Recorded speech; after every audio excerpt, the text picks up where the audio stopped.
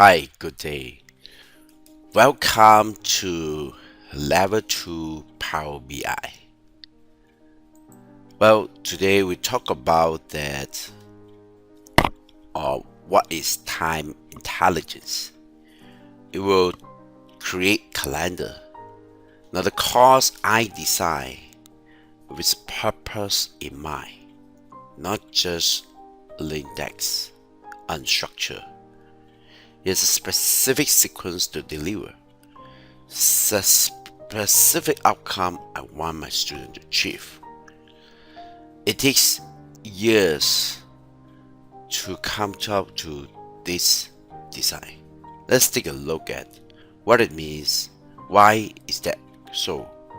Now, by the end of this session, right, you will be guided slowly. Why slow? Because you are first time using this time intelligent DAX. Now, what is time intelligent DAX? Now, let's take a look at here that basically DAX is separated into four key area. One is what's DAX, right? DAX is data analysis expression, include time intelligence function that enable you to manipulate data using time periods, including days, months, quarters, and years, and then build and compare calculation over those periods. Yes, it's managed data using time periods. So why is that so? Because in business, right, it's about checking the health, the situation of health. So how do you know that you are better than yesterday? Oh yeah, how do you know you're better? Well, because you are comparing with yesterday or last month or last week.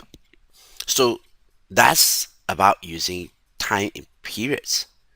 And then with that, well, we have certain key numbers to compare this calculation. Now, for example, that if you are talking about your body, right, you have a fat percentage.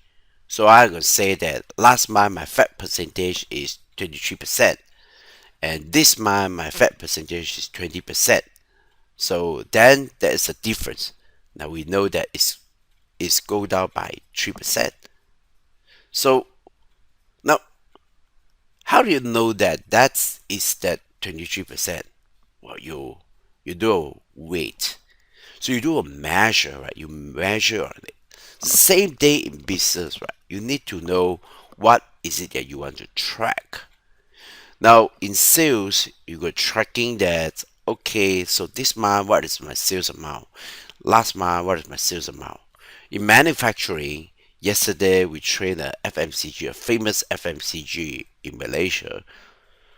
So they are manufacturing, so they want to know this month how many we output, last month how many we output, or this way how many we output, last week how many we output, or maybe we'll say that how many breakdowns this week compared to last week, or even this today and yesterday. Um, yeah, so to say, right? So then time intelligence is something that will come later on. But first, just as you do in the real world, you need to do a measure, learn to do a measure for this for a particular time point. So that's why you learn some DAX first before you learn time intelligence. So they are separate into four key areas: aggregations, date and time, filters, and time intelligence. So we talk about the time intelligence, right? By using time and date range. So we can combine then do a meaningful comparison. So let's just take a look at here. For example, you have month-to-month sales, right? You can do a visual so called the matrix. This should be a matrix. So a matrix is right here, a matrix. So month to month, great. Now, if you want to do a comparison between current month and last month, you can also, right? So how do you, well, if you So how can we do that comparison? Okay, and then from here, how can we show a chart like this? So we can take a look at this here. Um, this is last month. This is this month. So can change that. I see that. So last month is better than this month, and last month is better than this. Last month, this month is better than last month for the March and the April. So there is a comparison. If I took a look at today currency May, and I'll say that, oh, this month is not as good as last month. So it's a that's the comparison, and you want to know what's the potential as well, percentage, how much percentage differences. These are some of the questions you want to explore. All right. So what's the first step of creating a last month and this month? How to do that? First step is to create a calendar. So create a calendar. How do we create calendar? Well, the simplest form is this. Uh, the simplest form is like this. How to create a calendar? Okay. Um, Use the DAX called calendar and put in the dates that you want and so on. So that's the simplest form. Now, can you create? We want to be even more easier to do so. Well, we can use another calendar form, right? So this is the DAX, and then we have another one. Yeah, these are a more complicated one. It will include the variables and or how to use the variables and so on. Okay, so so you use add columns DAX, and then create this, and then we have this as well.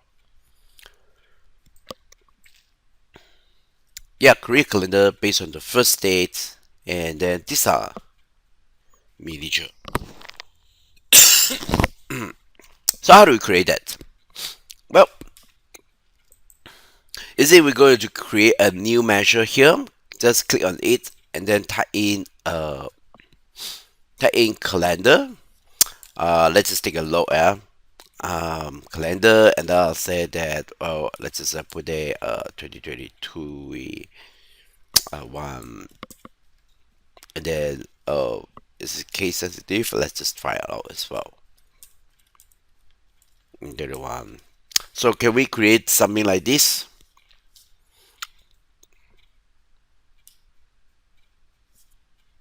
Um, well, well, if you create something like this, right, it will give you a number only, a single value. Now, that's not the way, right? Because you want to create a table of like this.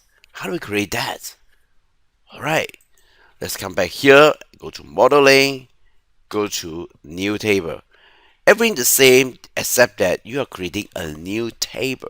So create a new table and give it a name just like what you did earlier. So I just type my table, and then I'll just type in calendar, pick the one, and then date 2023 1 1, and date 2023 12/31, and enter. Alright, let's take a look at here. See, it's basically creating a table compared to earlier one. It's just creating a measure. Same. The thing is that we are now creating a table. So using calendar, that's the first step. So then you will have a date hierarchy and so on. See? Now, um, now once you, since this is a date table, we can go to here and click on mark as a date table, and then select a column. Now the dates column is automatic created, so just click OK. Notice that what happened once you mark it as a date table, the date hierarchy is no longer there. So how do you create that into like what we see on the early here? is that one way is that we can use a variable, right? Create this just like this var and then return at column. So I'm going to just copy this.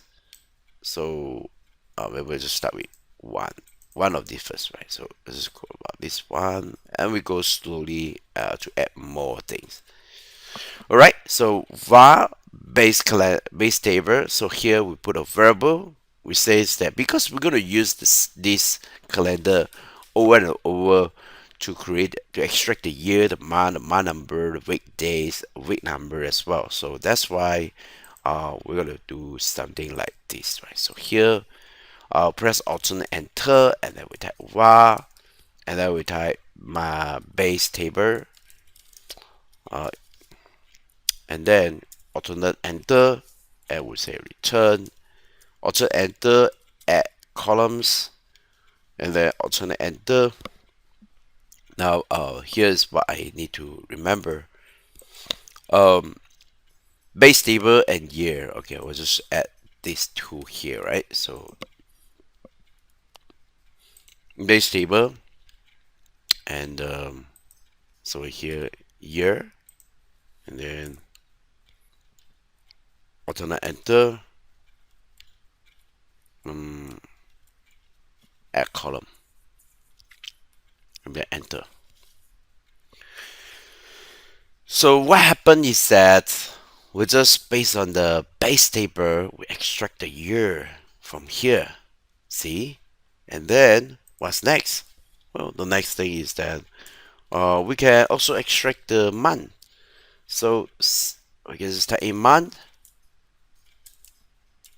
and then type in month, and enters the columns that is already entered. Is called the date. So let's see if that would just work with because it's a column, you need to have the square bracket.